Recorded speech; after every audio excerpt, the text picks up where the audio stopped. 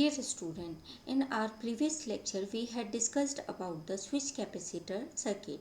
We had learned that using switch capacitor circuit, the analog circuit to be manufactured without using resistors because large value of resistors require large chip area. Hence, the switch capacitor techniques allows for the integration on a single silicon chip of both digital and analog functions.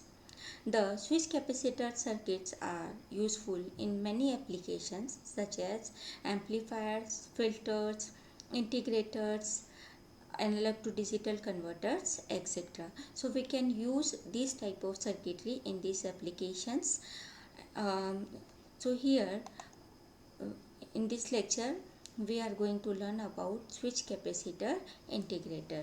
So this is the integrator are used in many analog systems. Example includes filters and oversampled analog to digital converter, etc. So normally the integrator output will be equal to minus 1 upon R1 into C1 integration of V in dt. So what is the basic integrated circuitry? Here this is the basic integrated circuit. Here this is the operational amplifier, and the non-inverting terminal of this operational amplifier is grounded, and this is the inverting terminal, and the input voltage is applied to this terminal. This is the resistor and this is the capacitor. So here if we replace this resistor by the switch capacitor circuitry, then the circuit will becomes like this. Means the integrated circuit will be normal integrated circuit will be act as switch capacitor integrator by using this circuitry. So this is the basic circuit. Now let's come with the topic. This is the working of the switch capacitor integrator. So here to understand the switch capacitor integrator, let us consider the circuit. This is the continuous time resistor circuit and this is the discrete time resistor. So here in continuous time resistor, this is the resistance R here, and these are the nodes VA and VB. So in this circuitry, the R is used to take a certain amount of charge from VA to VB in every second. So when we replace the same circuit by using a capacitor, then the circuit will become discrete time circuit where the capacitor CS is connected to VA and VB at a clock frequency. So in case of integrator, in every clock cycle C1 in this circuitry, this C1 in every clock cycle absorbs a charge equals to C1 into V in when S1 is on, and it deposits the charge on C2, this capacitor C2, when S2 is on. So this is the basic working of this switch capacitor integrator, and here this is explained in detailed form. So this is figure 1. Consider a resistor R connected between two nodes VA and VB. Therefore, the current flows in this direction is equal to VA minus VB upon R. So here the resistor R is used to take a certain amount of charge from node A every second and move it to node B.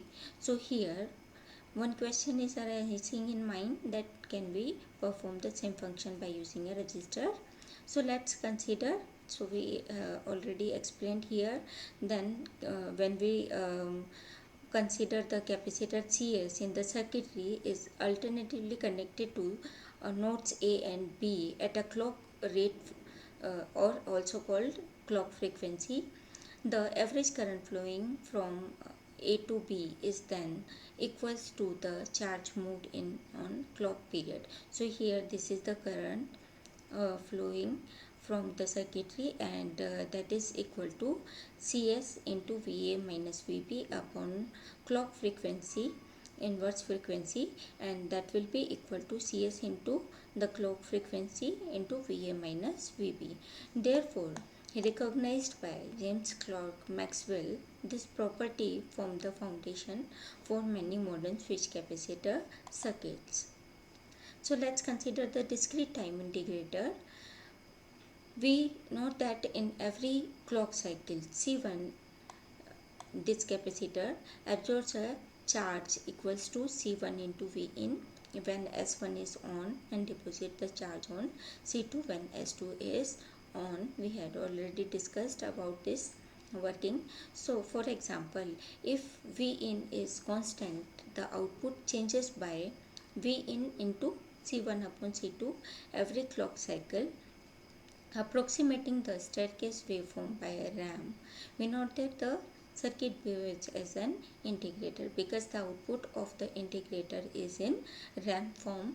So the final value of V out after every clock cycle can be written as like this, where the gain of the op amp is assumed large. So the output will be the ramp function. So this is the in staircase form, and the one form is represent as a ramp function. So the output of the integrator is in ramp form. So this is the basic output of this integrator. So this is the basic switch capacitor integrator. Thank you for watching.